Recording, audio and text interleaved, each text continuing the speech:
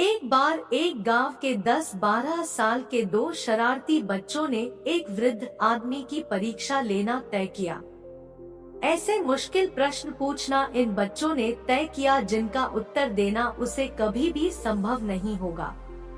बहुत सोच विचार कर इन दो बच्चों ने 3 प्रश्न ढूंढ निकाले।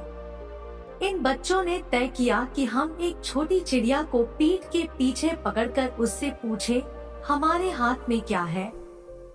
वह वृद्ध आदमी जवाब देगा, पक्षी है। लेकिन यह कोई मुश्किल सवाल नहीं हुआ। वे लड़के एक दूसरे से बोले।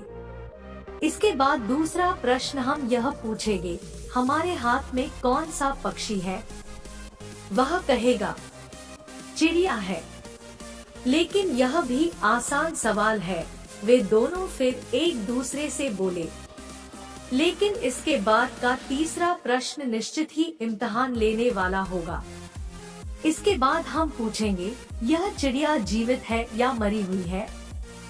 अब अगर उसने जवाब दिया कि मरी हुई है, तो जवाब गलत होगा, क्योंकि चिड़िया तो जीवित रहेगी। और अगर उसने कहा कि जीवित है, तो फिर जवाब गलत होगा, क्योंकि तब हम उस चिड़िया को वहीं के वहीं दबाकर मार डालेंगे। दोनों बहुत प्रसन्न हुए, क्योंकि उन्हें प्रश्न ही ऐसा मिला था जिसका कोई भी उत्तर गलत होने वाला था।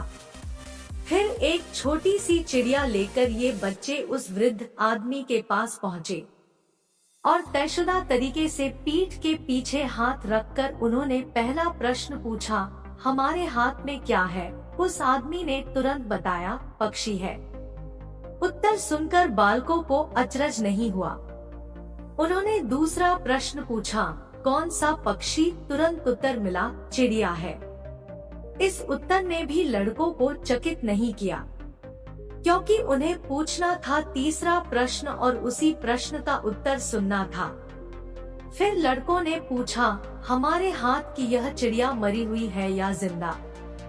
पहले 2 प्रश्नों के उत्तर तुरंत देने वाला वह अनुभवी आदमी इस बार थोड़ा सा रुका, शायद सोचने के लिए। फिर बोला, वह तुम्हारे हाथ में है। वह वृद्ध आदमी अनुभव से बोल रहा था। उसे मालूम था कि चिड़िया को मारना या जिंदा रखना उन लड़कों के ही हाथ में था। यहाँ उस वृद्ध आदमी की विवेक और ज्ञान का पता चलता है। और हमारे अपने जीवन में भी लगभग सारी चीजें हमारे ही हाथों में तो रहती है, लेकिन हम अपने आप को किस तरह बनाना चाहते हैं और हम अपना आने वाला कल आज से ही कैसे तैयार कर सकते हैं, ये सब हमारे हाथ में ही है। सदैव प्रसन्न रहिए। याद रखिए, जो प्राप्त है वही पर्याप्त है।